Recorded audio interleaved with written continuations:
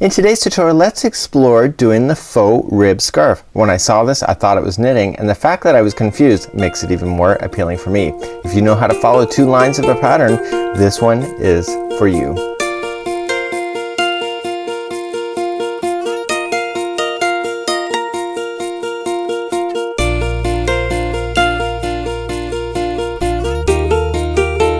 Welcome back to the Crochet Crowd as well as yarnspirations.com. I'm your host Mikey.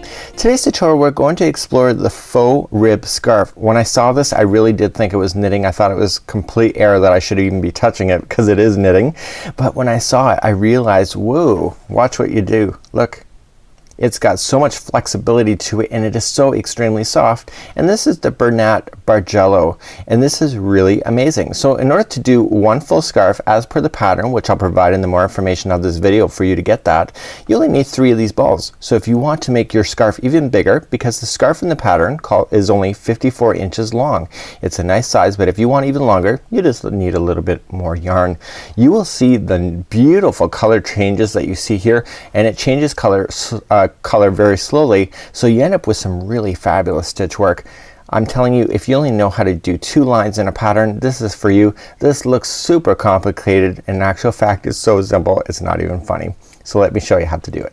So let's quickly review. So what we're going to be doing is that we're going to be going back and forth, and you can see the lines of color are in a straight line in this direction. So we're going from the one side to the other just like so, and this is the edge where we're turning around and going back in the other direction.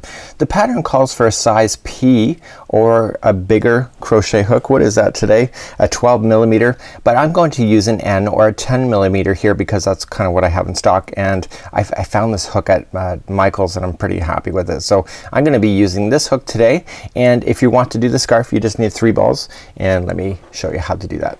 So let's take a closer look at this yarn, and you'll notice that this yarn looks like that it's corking. So if you've ever done corking as a kid or even as an adult, that's okay too, is that it does look like it's cording, and so because of that it has the thickness of a shoelace, and that's why it's calling for a larger size crochet hook today.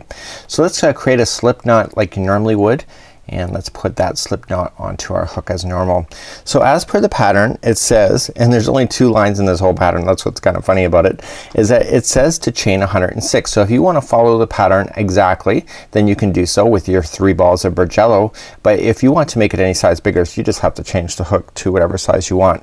It doesn't really matter on how many chains you have. It doesn't work in sets. Each stitch counts. So let's just say I'm gonna do 12. So remember, the 1 on the hook never counts as 1. So 1, 2, 3, 4, 5, 6, 7, 8, 9, 10, 11, and 12.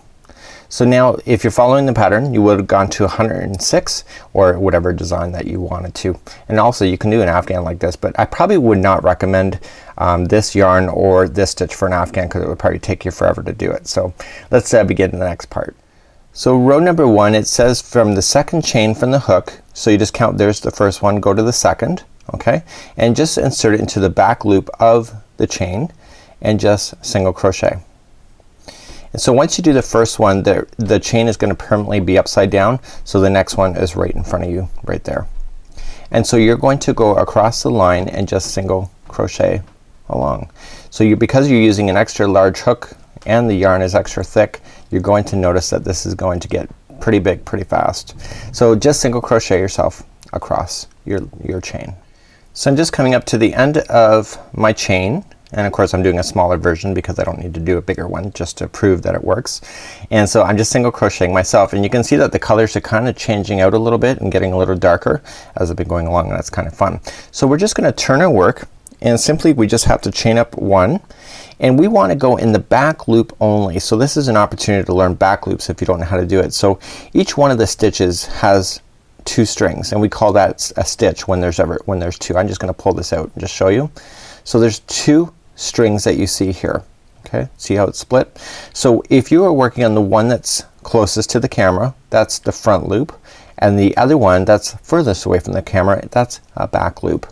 And the camera is just a representation of you sitting in front of me if you were to do that. So what you want to do is that you want to turn this, and instead of going into the same stitch for the whole stitch, you want to go into the back loop only. So you got to come up over top and skip that front string and just single crochet using the back loop only.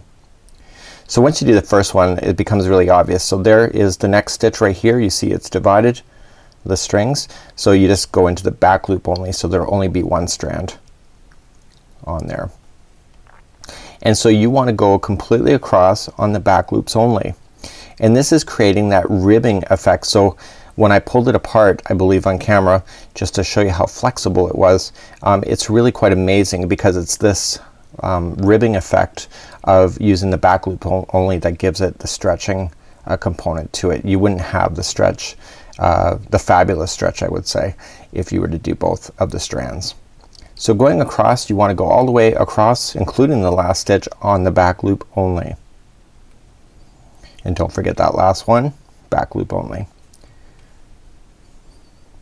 When you get to the other side, simply just turn your work, chain 1 and begin again, and again the first one go into the back loop only. And then every stitch across. This is all this pattern is. That's how simple this pattern is. So you simply just have to work on the back loops only once you get that first chain done, and then you can go for the prescribed information. So on the pattern it says it measures 7 inches wide. So when the 7 inches is obviously not the length of the entire scarf, but of course you can change that. You can make it thicker or thinner, but they're saying this is 7 inches. And do you see the stretch? It's kind of neat, isn't it? So it would be really cool for underneath your coat, and all you need to do is that once you're doing this, you do it in the back loops only. So that's it for now. This is Mikey on behalf of Yarnspirations as well as the Crochet Crowd. Stay tuned for more free ideas and patterns coming real soon. Until then, we'll see ya. Bye bye.